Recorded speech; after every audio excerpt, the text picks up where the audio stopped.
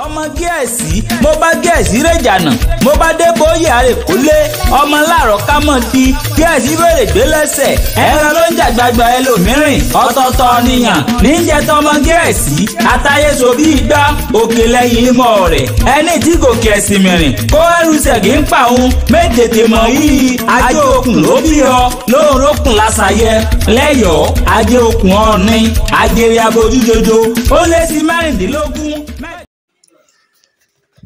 Tọ́ mo kí wa pé a kú ìsinmi ẹ̀ní ìsinmi ayọ̀ ní òní ni ó jẹ́ fún wa.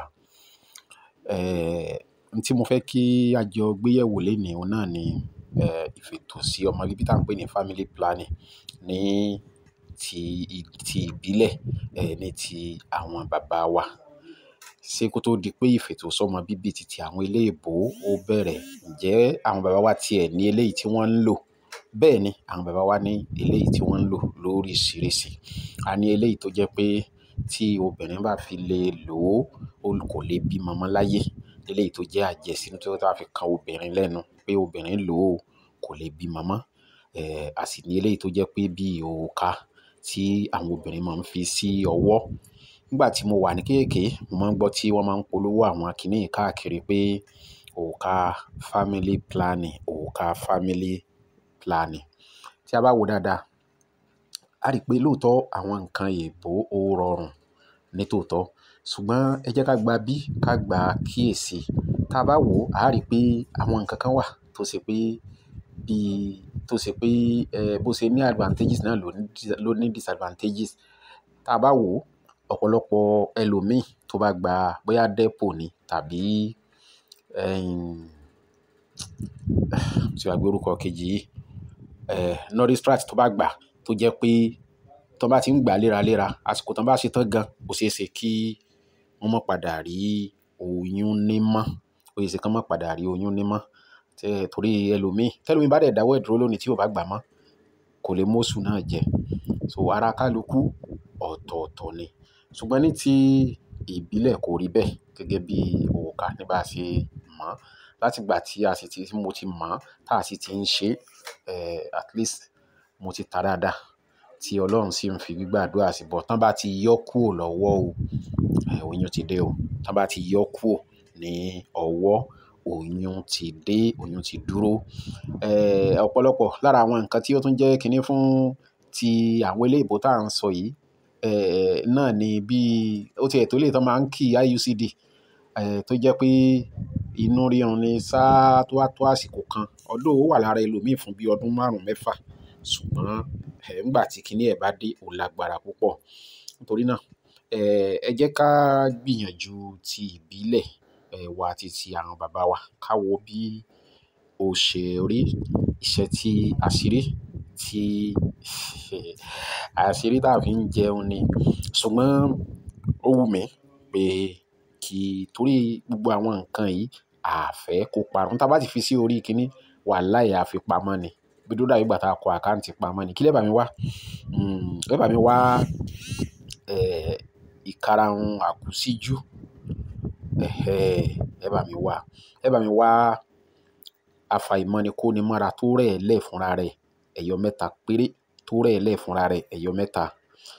Ewé arétíkaró tó wọ̀ sílẹ̀ fúnra rẹ̀ ẹyọ 3.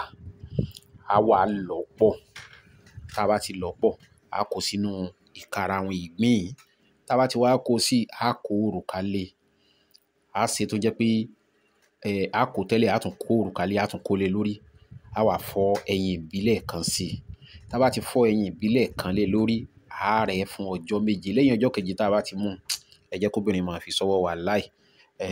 Bí ògo ti ń jẹ́ ti Ọlọ́run fi gbàdúrà sí inú ẹ̀ púpọ̀ tó jẹ́ pé obìnrin náà lásìkò tí òrùka náà bá wà lọ́wọ́ ẹ̀ kò ní lóyún o.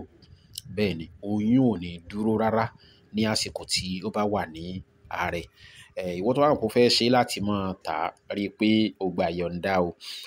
Kí ni ìyọ̀ǹda? Tí ìbá ti ṣe pé tó bá jẹ́ pé a fẹ́ lò fúnra wa ni. Tẹ́ ẹ bá ti subscribe sí YouTube channel wa ẹ ti gba ìyọ̀ǹda nìyẹn. Àṣírí tí mo fi sílẹ̀ yìí ó níye tó bá dé. Ṣùgbọ́n tẹ́ ẹ bá ti gbìyànjú ẹ dákun ẹ subscribe sí YouTube channel wa, ẹ like, ẹ comment, ẹ bá wa share ẹ̀. Ìyẹn náà ni oore àkọ́kọ́ tí ẹ kọ́kọ́ ṣe fún wa. Oríṣi míì wà tí wọ́n máa ń ṣe tí wọ́n máa ń bò mọ́ ibi egbò ìbẹ́pẹ, egbò akọ ìbẹ́pẹ, àtàrí wà ńbẹ̀. So a máa sọ̀rọ̀ lórí ìyẹn ní ọjọ́ mi. Eléyìí tí mo fẹ́ ká ṣe àgbéyẹ̀wò rẹ̀ lónìí, òun náà lélẹ́yìí tá a fi sílẹ̀ yìí. Family planning àwọn bàbá wa tí ó jẹ́ òòkà tí wọ́n máa ń fi sí ọwọ́. Yorùbá technologies ni, Yorùbá technology fún family planning òun ni. Ẹ bá wa share ẹ comment, ẹ subscribe sí Ọmọ Gíẹ̀sì TV ní YouTube channel wa. Ẹ follow wa ní Facebook Prince Ọlọ́gbẹ́nlá Adéwálé Táíwò. Ẹ follow wa Ọmọ Gíẹ̀sì TV. Ẹ follow wa ní Tewétegbò ní Ìwòsàn Herbal Center. Ẹ follow wa.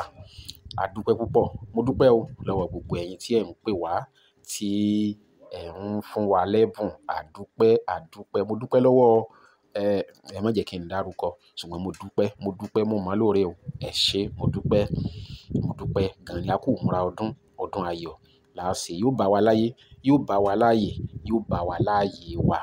Ẹ dákun. Mo dúpẹ́ lọ́wọ́ àwọn group tó jẹ́ pé tí wọ́n bá ti rí post wa, wọ́n bá wa share, wọ́n máa ń gbà wọlé, wọn kì í rí ìmúfẹ́.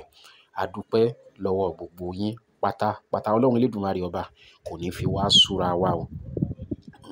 Ẹ jẹ́ kí n sọ pé sí a kú àṣepamọ́ ni. Gbogbo wa ni a sọdún ayọ̀. Ọmọ Gíẹ̀sì Herbal and Cosmetics.